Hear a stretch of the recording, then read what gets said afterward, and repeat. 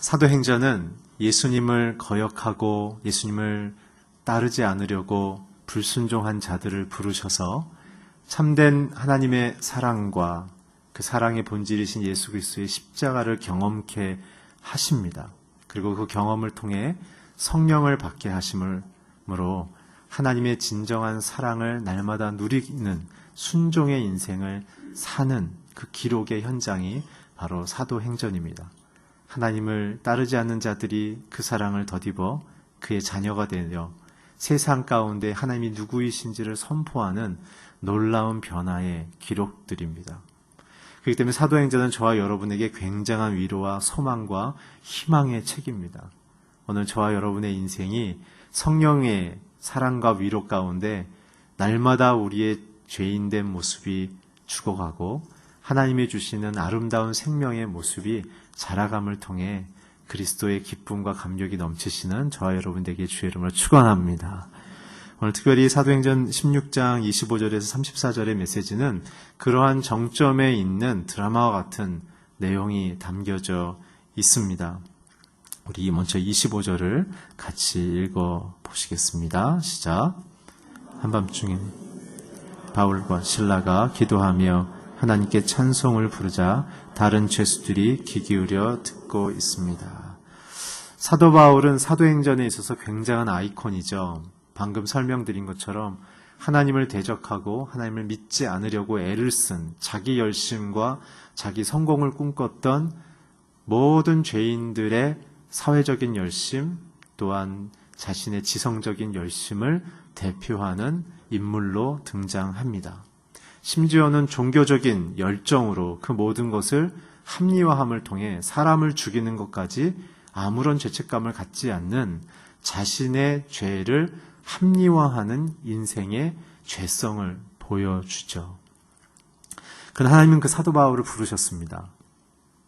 사도 바울을 부르셔서 변화시키는 과정을 통해 우리가 받아야 될 교훈은 무엇일까요?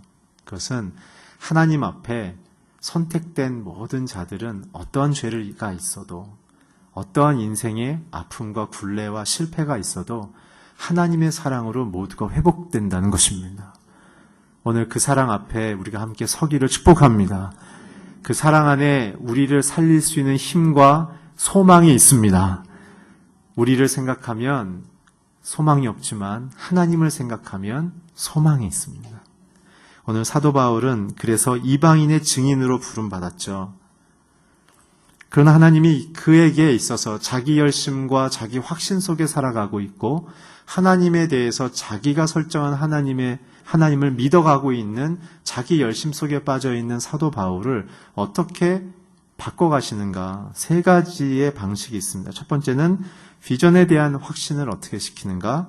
그 확신의 방식은 초월적인 체험을 시키셨던 것이죠. 다메섹 동산에서 예수님이 직접 나타나 말씀하신 것과 또한 비전의 방향에 있어서는 지난주 설교처럼 마게도니아의 환상 가운데 자기 열심을 통하여 아시아로 가려고 했던 사도 바울을 하나님의 부르심 앞에 인 유럽으로 향해 돌이키는 환상 앞에 세우셨다는 것이죠. 그래서 환상을 제가 지난주에 뭐라고 정리해 드렸습니까? 환상은 하나님의 뜻을 확실하게 깨닫게 함을 통해서 다시는 마음속에 자신의 부르심에 대하여 갈등하지 않게 하는 하나님의 사인이다라고 말씀드렸습니다. 그래서 환상의 정신은 나의 영적인 우월감에 있지 않고 하나님이 나에 대한 부르심에 대한 확신의 증거다라고 말씀드렸죠. 저와 여러분의 인생 속에 다시는 흔들리지 않는 하나님의 확신이 있기를 주의 이름으로 축복합니다. 그것이 우리 안에 인생을 견딜 수 있는 부르심에 대한 확증이죠. 환상의 그래서 내용성은 사랑이라고 말씀드렸습니다. 더 낮은 곳, 예수님을 모르는 사람들, 하나님을 거부하는 자들을 향하여 나아감, 이것이 우리에게 주어질 수 있는 환상의 가장 고상한 내용입니다. 어떤 것을 보았기에 어떤 것을 들었기 때문에 우리가 특별하다고 얘기하는 것은 그것은 하나님께로부터 온 것이 아닙니다. 사도 바울도 삼층천을 봐도 10년 가까운 시간 동안 침묵을 한 후에야 도저히 유대인들이 알아듣지 못하니까 나는 그런 것까지 봤지만 그러나 중요한 것은 하나님의 사랑이다라고 그 심경을 토로했던 것을 보게 된다면 우리의 신앙의 방식이 하나님 앞에 받은 은혜로 내가 누구인지를 증명해 나가는 방식이 아니라 우리는 그저 그분의 사랑 안에 녹아지고 씻겨짐을 통해 나와 같이 아직 그리스도를 모르는 자들을 향하여 그들에게 나아감으로 인생의 방향을 결정할 수 있는 용기, 그것이 환상의 내용인 것이죠. 그래서 교인들, 성도들, 교회란 이 자리에 모여서 하나님께로 위로를 받는 것으로 끝나서는 안 되고 위로와 사랑을 받았다면 우리는 나아가야 합니다. 외로운 당신들의 남편에게, 소외된 아내에게, 그리고 소통이 안 되는 나의 자녀들을 향하여 나아가셔야 합니다.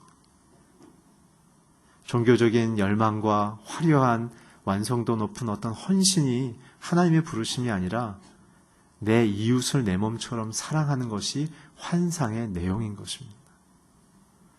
오늘 우리의 심경 속에 사람들을 사랑하는 환상을 갖길 주의로 축원합니다. 두 번째 방식은 뭐냐면 그 사명을 어떻게 완성하시는가. 그것은 사도 바울이 즉각적인 순종을 했습니다. 성령이 말씀하시면 자기가 틀렸으면 바로 자기를 고칠 수 있는 즉각적인 순종의 태도. 자기의 삶의 방향을 바꿀 수 있는 의지적인 결단이 수반되어지는 신앙이 진짜 신앙인 것입니다. 들어서 좋은데 좋은 것으로 끝나면 그것은 마치 내 것이 안 되는 것과 같은 것이죠. 세 번째, 그렇다면 그렇게 살아갈 수 있는 훈련의 방식은 어떻게 되는가? 오늘 본문입니다. 바로 고난의 방식인 것이죠. 사도 바울은 1차 선교 여행 때의 내용은 굉장히 화려했습니다. 가는 곳마다 복음을 외칠 때마다 도시가 뒤집혔고 사람들이 몰려들었고 구원의 역사와 부흥의 역사가 일어났죠. 그래서 1차 전도 여행의 키워드를 잡아라 그러면 부흥과 권능입니다. 가는 곳마다 드라마틱한 변화들이 있었습니다. 그러나 놀랍게도 1차 선교 여행 마무리가 되면 사도 바울 안에 굉장히 특이한 인간적인 면들이 드러나기 시작하는데 그건 무엇이냐면 마지막 1차 여행의 도시인 에베소서에서 갑자기 돌에 맞아서 코마 상태에 빠져서 사람들은 죽은 줄 알고 성 밖에 버려지는 사건이 있죠. 수일이 있은 다음에 사도 바울이 정신을 깨고 사람들이 그가 안 죽은 것을 알고 옮겨와 치료해 줘서 회복되는 일이 있습니다. 그 다음에 일어났던 일이 무엇입니까? 지난주에 설명드렸던 것처럼 바나바와 인사권에 대한 갈등이 시작됩니다. 그리고 방금 말씀드렸던 것처럼 자신의 선교 사역지에 대한 아시아에 대한 고집이 일어나죠. 사도 바울이 하나님이 주신 1차 선교 여행에서의 무엇인가 사역적인 성공을 맛보니까 그 성공이 하나님의 뜻인 줄 알고 거기에서 자기 집을 만들려고 한 거예요. 근데 하나님은 어떻게 하십니까? 너의 사역적 성공 속에서라도 내 뜻이 아닐 수 있다라는 말씀을 하시는 거죠. 이 장면은 예수님의 변화산에서도 동일하게 나타났었습니다. 예수님이 메시아됨을 증거하시는 그 변화산 사건 속에 예수께서 용모가 변하셔서 하나님처럼 변하자 베드로가 뭐라고 얘기했죠? 여기다가 초막셋을 지어서 우리가 함께 여기서 영원히 살까요? 라고 물었던 것이죠. 사실 용모가 변하는 그 기도의 현장의 메시지는 장차 십자가를 통하여서 죽으실 예수님의 참된 메시아됨, 백성을 위해서 죽고 부활하는 고난을 통과해야만 우리가 살고 하나님의 영광이 무엇인지를 우리에게 베풀어 주시는 굉장히 죽음을 전제로 한 희생적 메시지인데 베드로는 그 메시지보다 지금 눈에 보이는 영적인 충만과 그 기쁨만을 취해버려서 하나님이 주신 사명을 놓쳐버린 것이죠. 굉장히 중요한 포인트입니다.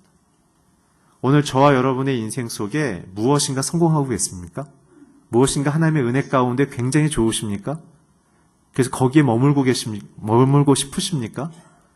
머물고 싶다는 건 하나님의 뜻이 아니라는 것입니다.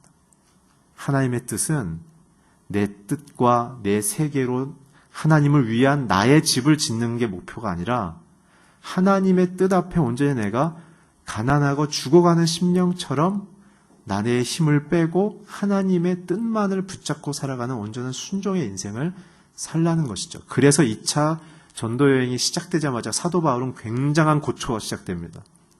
아무도 환대해 주지 않고 지난주에 한 여인들을 겨우 우물가에서 만났으며 오늘은 복음 전하다가 이제 두들겨 맞고 죽기 직전까지 가서 감옥에 갇히는 사건이 일어나는 것이죠.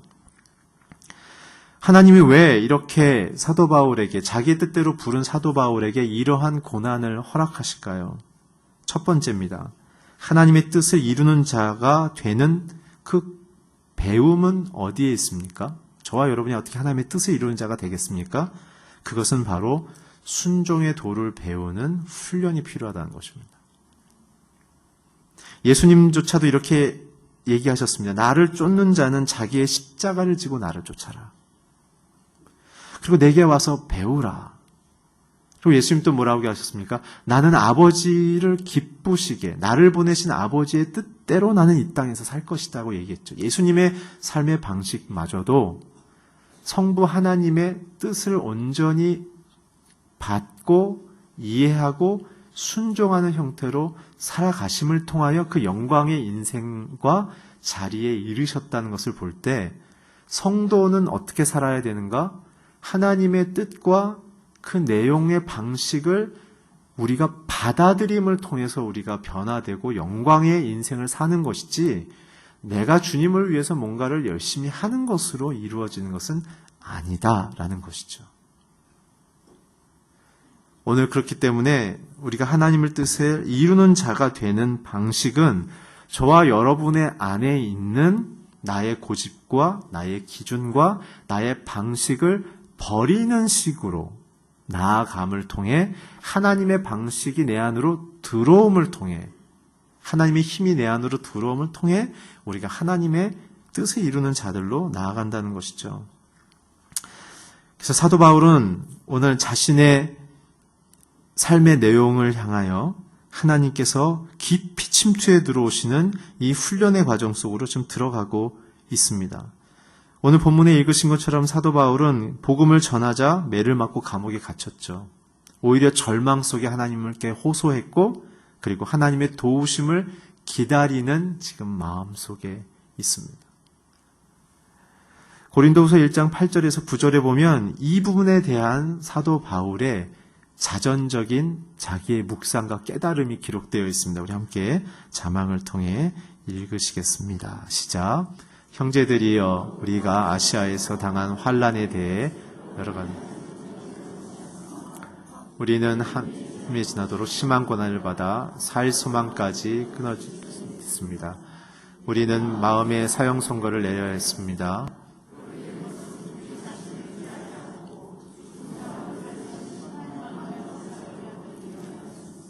사도 바울 입장에서 나는 순종하는데 하나님이 왜 이렇게 행하실까라는 그 답을 스스로 찾은 것이죠. 뭐예요?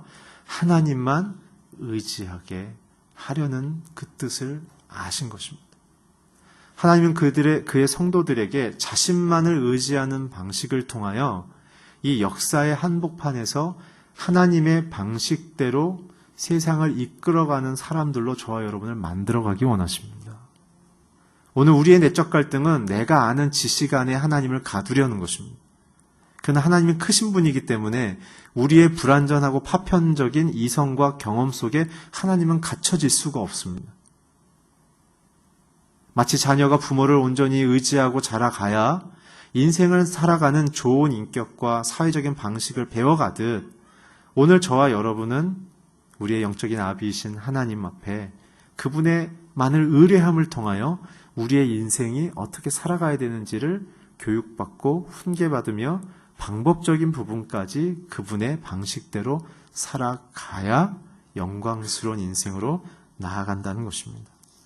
오늘 우리가 읽지 않았지만 23절, 24절을 보면 이런 말이 있습니다.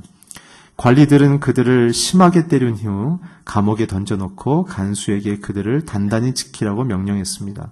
이런 명령을 받은 간수는 그들을 깊숙한 감방에 가두고 발에 쇠고량을 채워 두었습니다.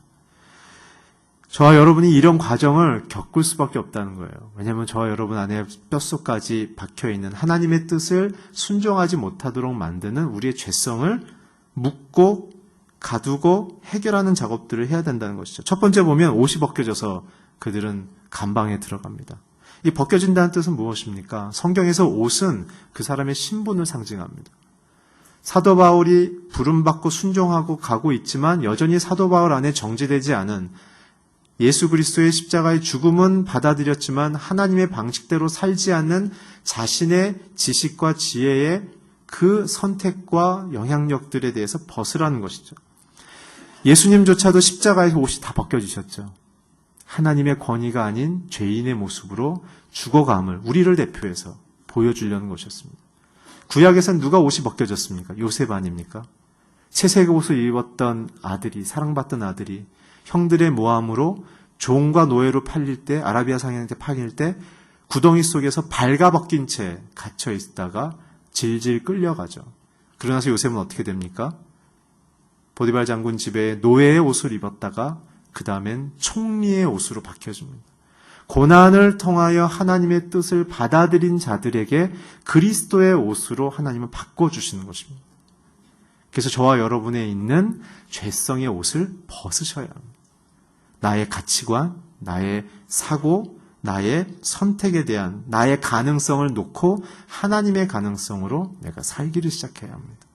두 번째는 매를 맞았다고 합니다. 이 매를 맞는다는 뜻은 무엇입니까? 나의 힘을 빼는 것입니다.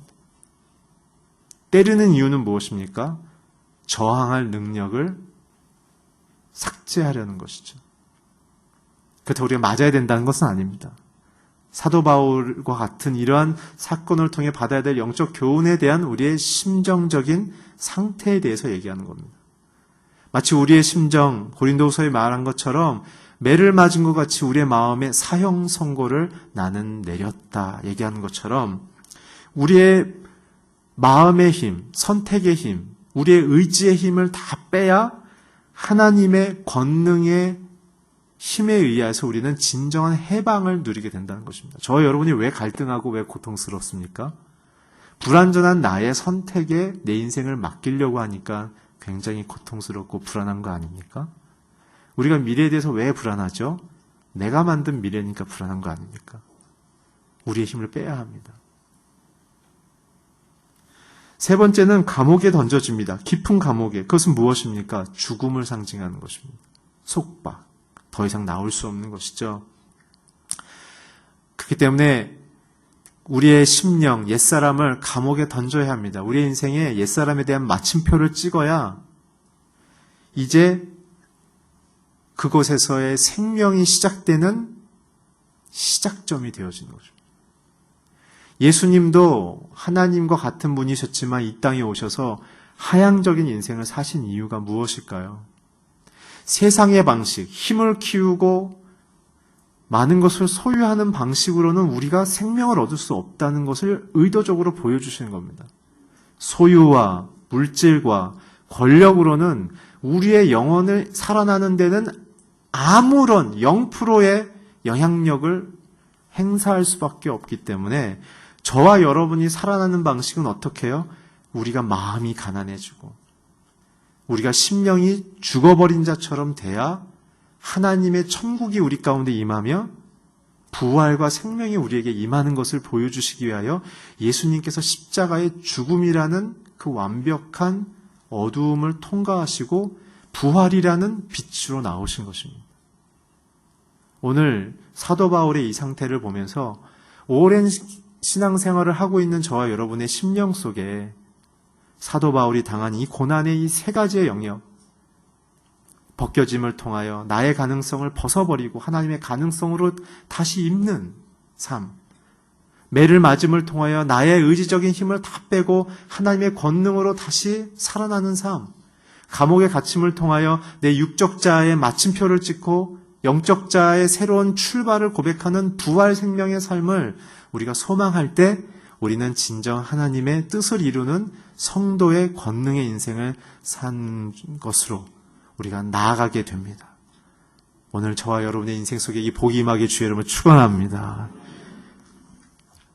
그런데 굉장히 이렇게까지만 얘기하면 굉장히 좀 슬프잖아요. 그런데 하나님의 역설적인 회복하심이 있어요. 오늘 본문 33절, 34절을 같이 한번 읽어주십시오. 시작. 날이 밝자, 죄송합니다. 간수 데려다가 상처 부위를 씻어 주었습니다. 그러고는 당장 그와 온 가족이 세례를 받았습니다. 간수는 그들을 자기 집으로 데려가 음식을 대접했습니다. 그는 자신과 온 가족이 하나님을 믿게 된 것으로 인해 기쁨을. 하나님의 방식은 아픈 상처를 치료해줬고, 두 번째는 식사를 대접함을 통해 그들에게 힘을 회복하는 작업들을 하죠. 인간의 세상의 방식은 무엇입니까? 사람들에게 상처를 주고 다른 사람의 것을 빼앗아 내가 획득하는 소유욕에 대한 관점으로 나의 생존을 유지하려고 하죠. 하나님의 방식은 치료라면 세상은 상처를 주는 것이죠. 하나님의 방식이 공급이라면 세상의 방식은 상실하게 만드는 것입니다.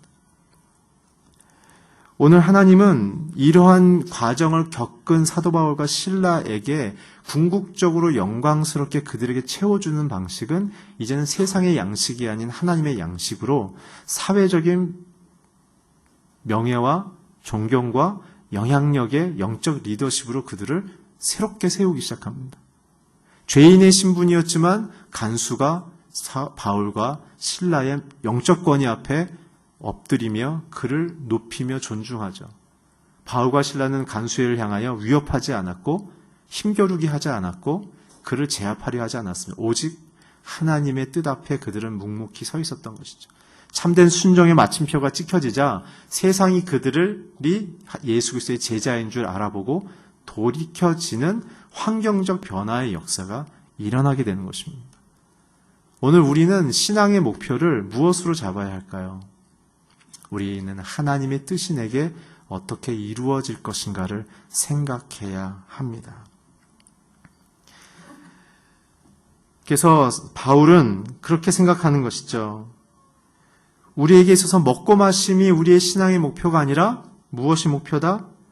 내게 능력 주시는 자 안에서 내가 무엇이든지 할 수 있다라는 그 빌립보서 4장 17절의 말씀처럼 내가 먹고 마심으로 내가 나됨을 증명하는 것이 아니라 내가 고통 속에 있든 성공 속에 있든 부요함 속에 있든 가난함 속에 있든 내 인생에 나를 나되게 만드는 것은 내게 능력 주시는 자와 그분 안에 거함을 통해 내가 이 역사 속에 살아가며 영향력을 미치는 것이다 라는 얘기를 하는 것입니다.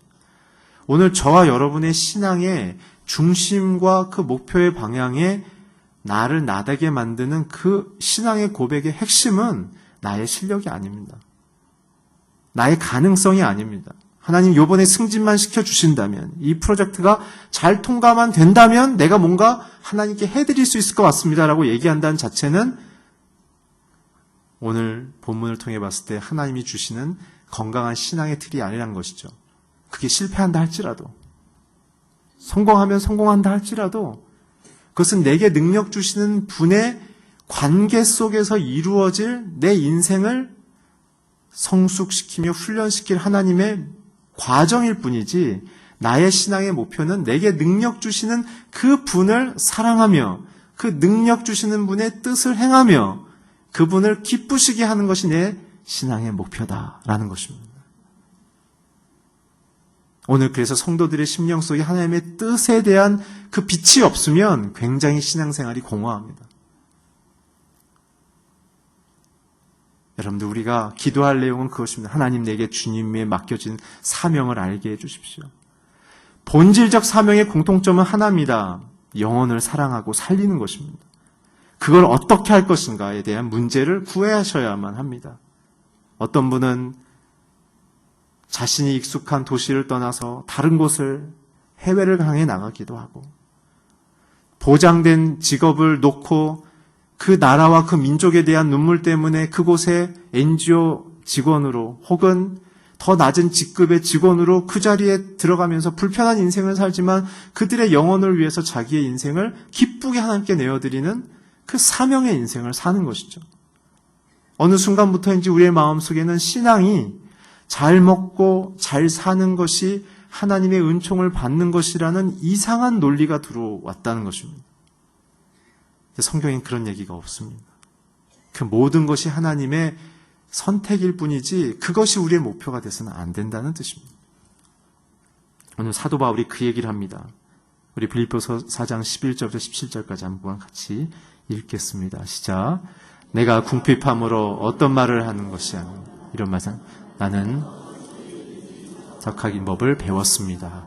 나는 궁핍에 처할 줄도 알고 풍부에 처할 줄도 알고 모든 형편에 처하는 비결을 배웠습니다. 내게 능력 주시는 분 안에서 내가 모든 일을 견딜 수 있습니다. 여러분이 내 홈런 참여했으니 잘했습니다.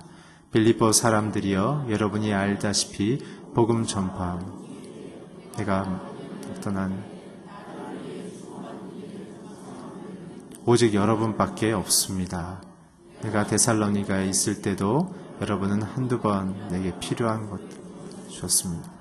내가 선물을 구한 것이 아닙니다. 오직 여러분의 저의 길을 바랍니다.